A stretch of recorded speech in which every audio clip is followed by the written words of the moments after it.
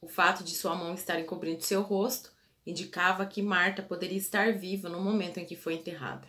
O caso de hoje é o caso da Marta Eudora Robert. Esse é o nosso primeiro vídeo de 2022 e eu queria agradecer muito todos vocês que ficaram comigo no ano passado e que se inscreveram aqui no canal. E se por algum motivo você ainda não é inscrito aqui no canal, então aproveita e já se inscreve para você não perder os próximos vídeos. Clica para mim em gostei se você gostar desse vídeo, porque é muito importante para o engajamento do canal. O canal é pequeno, então ele está crescendo e isso me ajuda muito. E bora pro caso de hoje.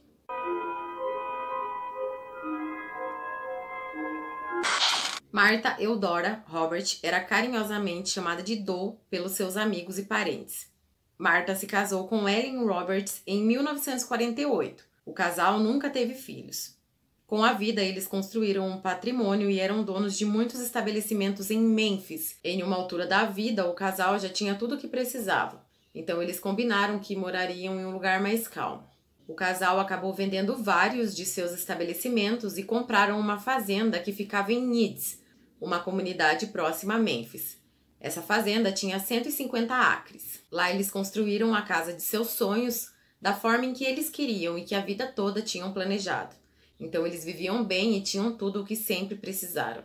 Essa comunidade tinha mais ou menos de 500 a 600 habitantes. Marta e Ellen eram um casal que despertava a admiração de todos. Na comunidade, eles frequentavam a igreja metodista.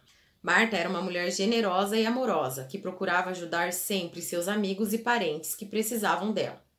Ela sempre conversava com as pessoas e dava bons conselhos de vida. No dia 7 de agosto de 1992, Ellen Roberts, o marido de Marta, saiu de casa pois tinha um compromisso. Ele saiu por volta das 9 horas da manhã após tomar café com sua esposa. Seu compromisso era uma possível venda de uma de suas propriedades. Ellen era um homem muito caprichoso. Essa casa, que poderia ser uma possível venda, ele teria reformado. Porém, ele ficou por algumas horas aguardando e o possível comprador nunca foi até o local combinado. Após perceber que o homem não iria ao seu encontro, Ellen então foi resolver outros compromissos que tinha e por volta das 5 horas da tarde retornou à sua casa. Logo que chegou, percebeu que alguma coisa não estava certa. A porta da garagem da casa estava totalmente aberta. Ele sabia que Marta jamais agiria assim. Sendo uma mulher muito responsável, mesmo que se estivesse em casa, deixaria toda a casa fechada. O mais estranho era que o carro de Marta estava na garagem juntamente com a sua bicicleta, que ainda continham as correspondências na cestinha. Imediatamente, Ellen Roberts entrou para casa procurando sua esposa, e então foi quando realmente percebeu que algo de errado estava acontecendo. Em cima da bancada da cozinha estava a bombinha de inalação de Marta. Ela era asmática e tinha crises muito graves. Ele sabia que ela jamais sairia deixando a sua bombinha em casa. Ela já havia sido internada várias vezes e então o remédio era muito importante para a sua vida. Ele então procurou por toda a área da propriedade e entrou em contato com vários amigos. E a sua preocupação começou a aumentar quando começou a escurecer. Ellen Roberts decidiu então ligar para a polícia. Porém, um pouco antes de fazer essa ligação, o seu telefone tocou. Seu coração gelou e ficou frio quando um homem de sotaque muito estranho disse que havia sequestrado Marta e que queria um resgate de $100 mil para poder devolver a mulher. Ele ainda disse que se Ellen entrasse em contato com a polícia, ele cortaria a cabeça de sua esposa. Mesmo em choque, Ellen agiu rápido quando apertou o botão de gravar na secretária eletrônica. Porém, o sequestrador parecia que sabia que ele tomaria essa atitude. E então deu a ele a instrução que destruísse aquela fita e jamais gravasse o que eles teriam conversado. O sequestrador não deu instruções de onde o dinheiro deveria ser deixado e apenas desligou o telefone. Imediatamente, Ellen entrou em contato com a polícia e até o FBI foi acionado. Os policiais vasculharam a casa e perceberam que não havia nenhum sinal de agressão física ou luta e nem arrombamento. Marta teria deixado a casa como se fosse fazer um passeio, simplesmente teria saído de lá. Ellen começou a ser interrogado e foi perguntado a ele o que o sequestrador teria dito na ligação e se ele poderia dar alguma informação que ajudasse na investigação. Ele então contou todos os detalhes da ligação, o valor em dinheiro e que o homem não teria dado um local para que o resgate fosse entregue. Ele também disse que o homem tinha um sotaque estranho, como se fosse um estrangeiro. Para os policiais do FBI, isso era estranho, pois estavam acostumados com casos de sequestros. Os sequestradores sempre pediam um valor de resgate e informavam o local em que o dinheiro deveria ser deixado. Como todos os casos de desaparecimentos, os familiares são os primeiros a serem interrogados, e com Ellen não foi diferente. Logo, ele foi considerado suspeito por algumas coisas que vieram a acontecer. Imediatamente, Ellen percebeu essa situação e se demonstrou totalmente desconfortável. Ele teria sido a última pessoa a ver Marta com vida. Ele também estava sozinho quando o sequestrador ligou e, como não tinha tantas informações, a polícia achou esse fato muito estranho. Logo, essa notícia se espalhou pela comunidade. Os membros da igreja local começaram a fazer orações e missas para que Marta fosse encontrada bem e que sua vida fosse totalmente preservada. Charles Lord, que era o líder da igreja e um homem de muita fé, ajudava Ellen e seu psicológico. Menos de uma semana após o desaparecimento de Marta, Ellen foi jantar na casa de Charles. Ele precisava de companhia e Charles era um homem bom. Ele ainda acalmava os ânimos dos irmãos da igreja metodista e pedia a Deus para que Marta voltasse com vida. Ele foi de muita ajuda para Ellen poder manter sua sanidade no início desse desaparecimento. Os moradores então da comunidade de Eads decidiram enfeitar a cidade com fitas amarelas em suas árvores e caixas do correio, para que quando Marta voltasse percebesse que seria acolhida novamente com todo o amor. E as pessoas da comunidade estavam assustadas, pois isso jamais teria acontecido lá. Eads tinha uma taxa de criminalidade de 0%.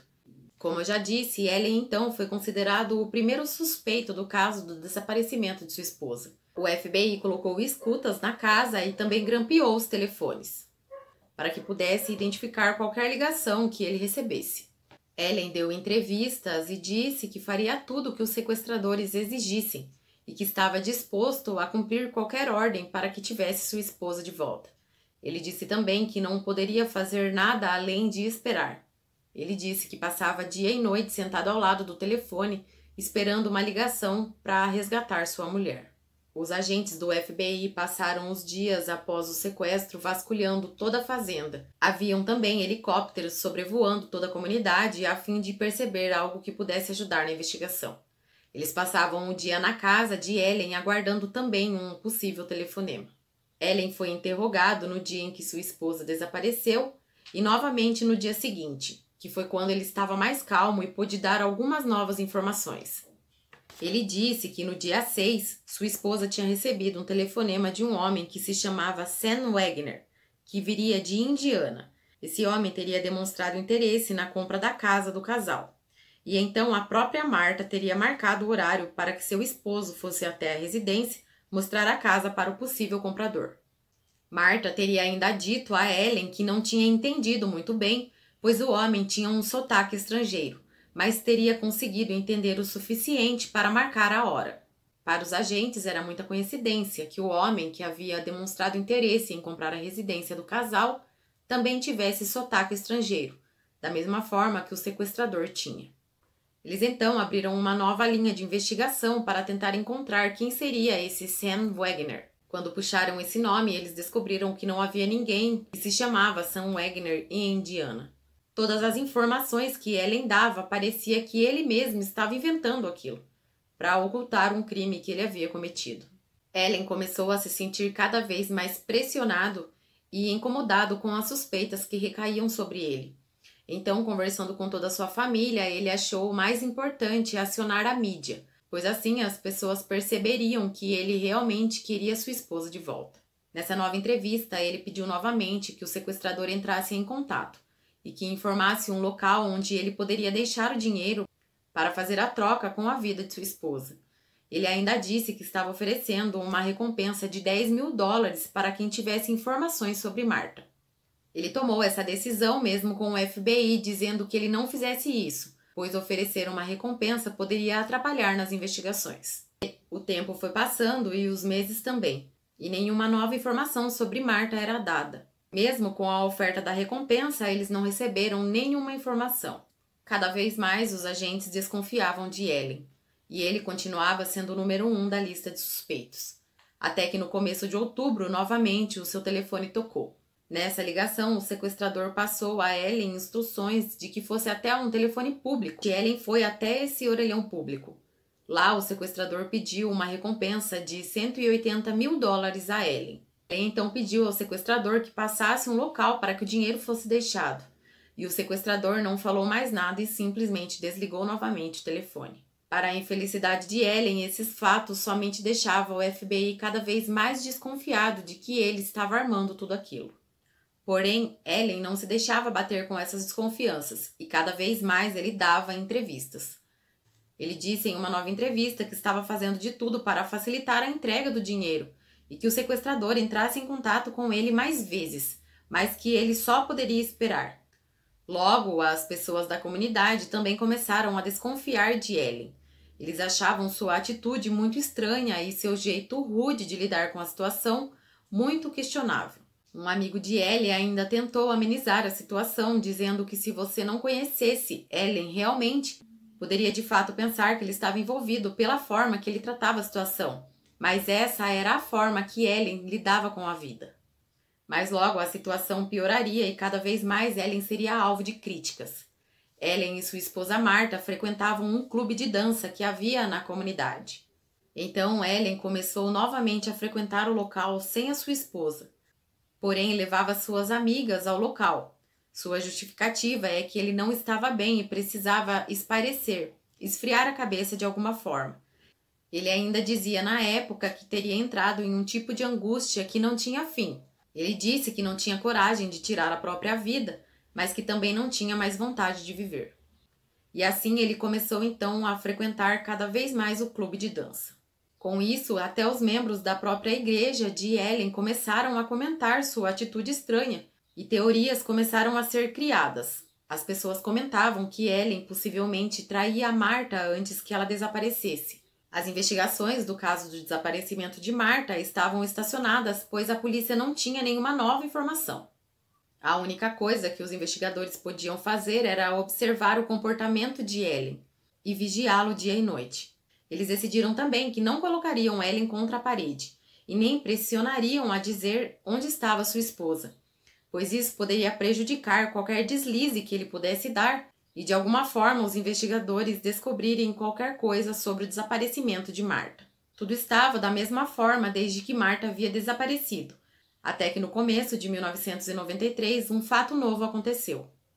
Melinda Lancaster, uma amiga de Marta, deu uma coletiva de imprensa dizendo que tinha sido contactada pelo sequestrador. Ela disse que acreditava que Marta estava bem, pois em conversa com um homem que tinha sotaque, várias vezes fazia perguntas que apenas Marta poderiam responder.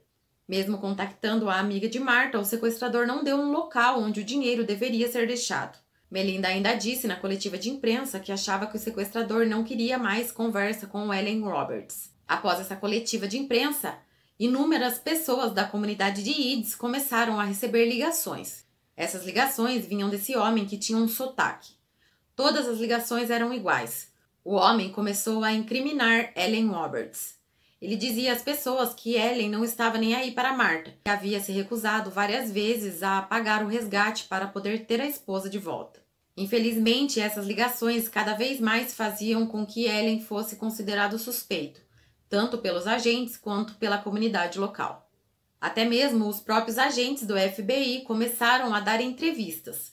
Eles pediram ao sequestrador que entrasse novamente em contato com alguém que Marta conhecesse, assim deixando com que ela falasse com essa pessoa no telefone e assim a pessoa pudesse reconhecer que realmente Marta estava viva e bem, e eles pudessem dar um jeito de pagar então o resgate. Ellen começou a ser refém de sua própria cidade, quando os telefonemas aumentaram de frequência de uma maneira muito bruta. O homem dizia praticamente a todos os moradores por telefone que Ellen não se importava com Marta. Ele dizia que Ellen era mentiroso e que já teria passado o local para que o resgate fosse entregue diversas vezes, mas que ele se recusava a pagar o valor. Charles Lord, o líder da igreja, fez muitas reuniões para que os irmãos pudessem orar pela vida de Marta, pedindo a Deus que ela voltasse.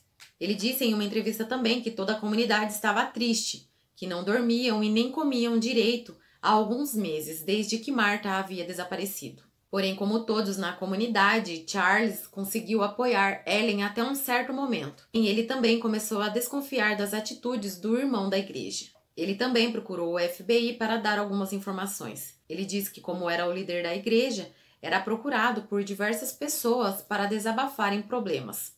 E então ele relatou que Martha e Ellen estavam com problemas no casamento e que o próprio Ellen havia confessado a ele que estava traindo sua esposa. Com essas novas informações, a polícia só tinha cada vez mais certeza de que Ellen havia desaparecido com a sua esposa.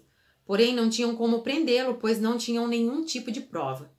A polícia então decidiu escavar na fazenda de Ellen o local em que ele queimava o lixo, para ver se ali encontrava qualquer evidência sobre a sua esposa ou algo que pudesse incriminá-lo.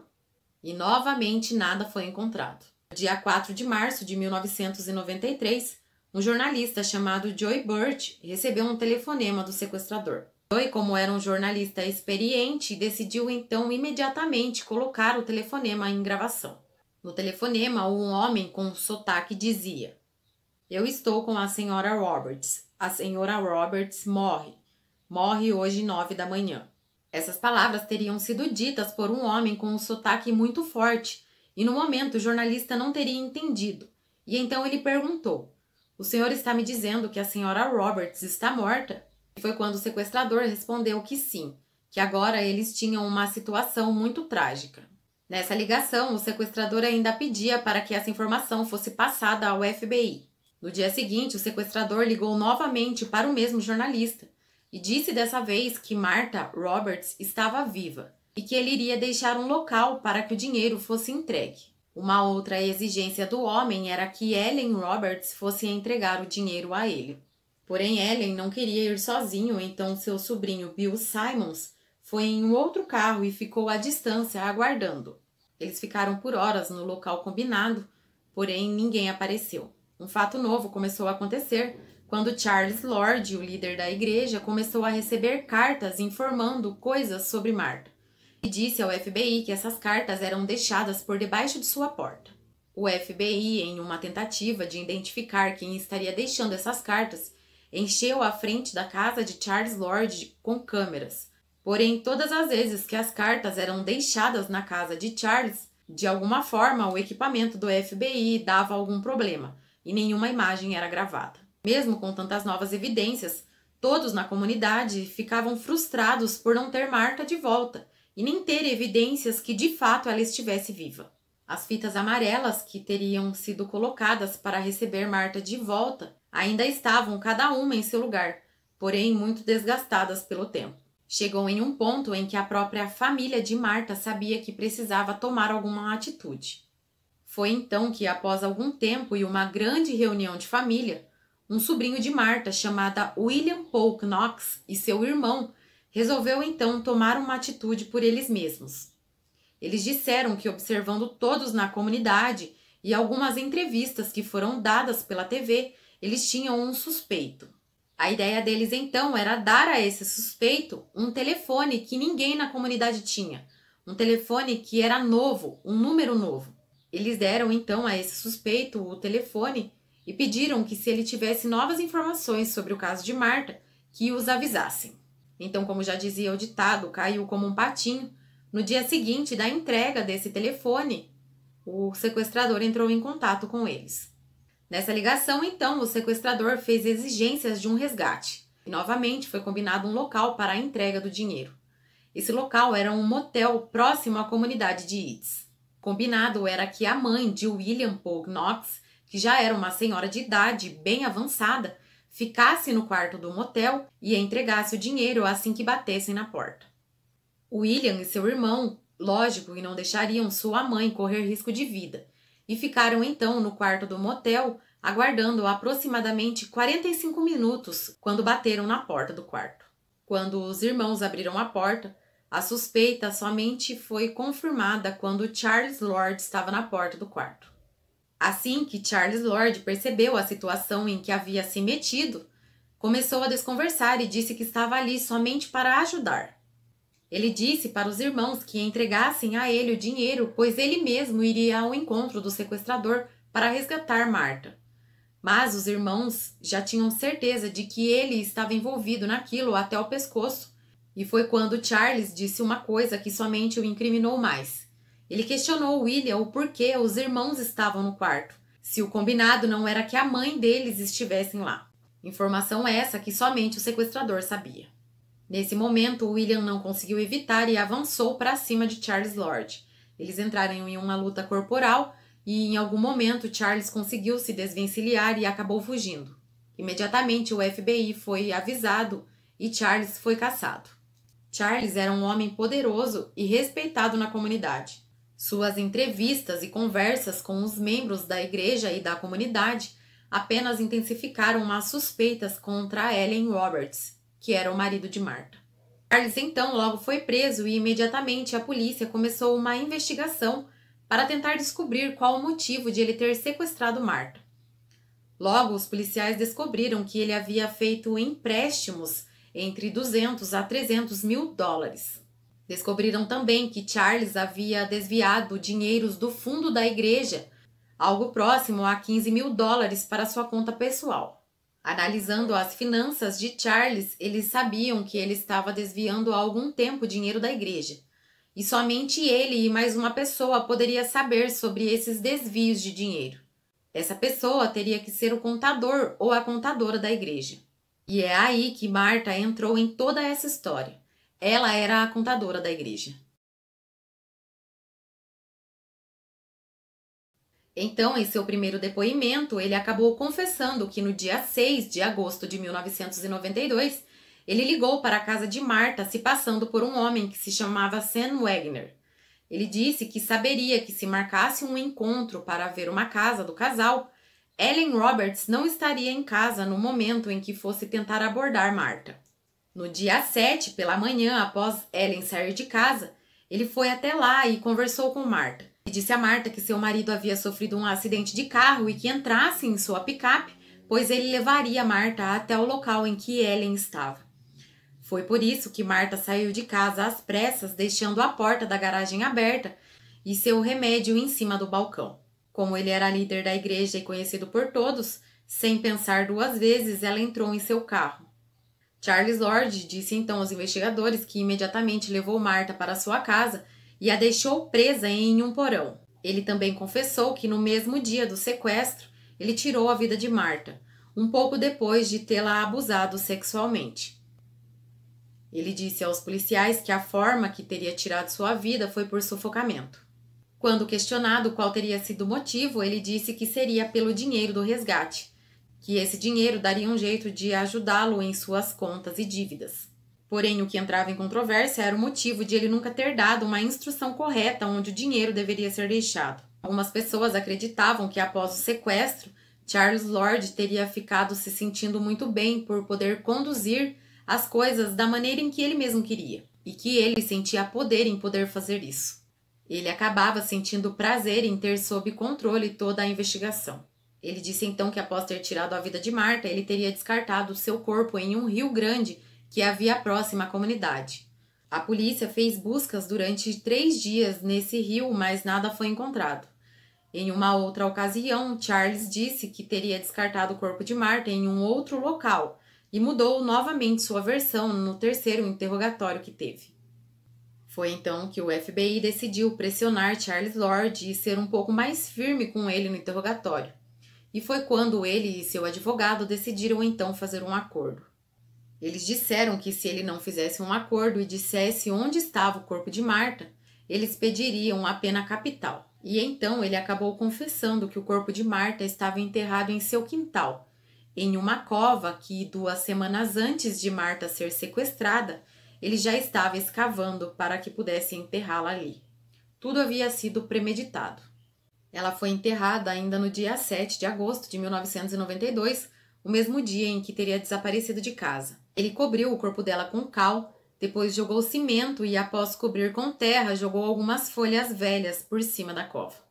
Ainda na primeira semana que Ellen foi jantar na casa de Charles Lord, ele teria parado seu carro exatamente do lado dessa cova, sem imaginar que o corpo de sua esposa estava ali. Por causa do cal e do cimento, o corpo de Ellen estava muito preservada quando foi tirada da cova, Para a infelicidade de todos, as mãos dela estavam cobrindo seu rosto, o que indicava que possivelmente Martha poderia estar viva no momento em que foi enterrada, e que Charles Lord poderia ter mentido quando disse que havia tirado sua vida ainda dentro da casa. Charles Lord se declarou culpado de homicídio doloso e estupro qualificado e foi condenado à prisão perpétua e mais 20 anos. Ellen Roberts, o esposo de Martha, após passar maus bocados durante um longo tempo sendo considerado suspeito, decidiu apenas seguir sua vida em frente. Ele foi até a igreja metodista e fez um longo discurso na frente de toda a comunidade. Ele disse a todos o quanto estava decepcionado e magoado por terem virado as costas para ele no momento em que ele mais precisava. Ele ainda pediu que retirassem o nome dele da lista de frequentadores da igreja e que ele nunca mais em sua vida pisaria no local. Ele deu as costas então a todos e nunca mais voltou. Ele se mudou da comunidade de Eads em 1994 e se casou novamente com uma mulher chamada Esther Ernest, que era uma de suas companheiras de dança. Ellie nunca perdeu a fé em Deus e antes de morrer frequentava a Igreja Batista. Ele morreu no dia 16 de outubro de 2005 aos 78 anos de idade. E sua nova esposa, então Esther, faleceu em 27 de agosto de 2015, aos 88 anos.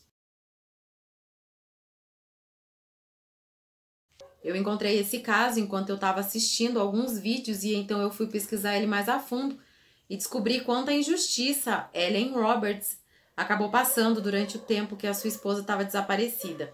Se você já conhecia esse caso, comenta aqui embaixo para mim. Se você não conhecia, então comenta apenas um coração aqui embaixo, em homenagem a Martha. Eu desejo a vocês que esse ano de 2022 seja cheio de oportunidade, cheio de coisa boa para todo mundo, cheio de saúde em primeiro lugar.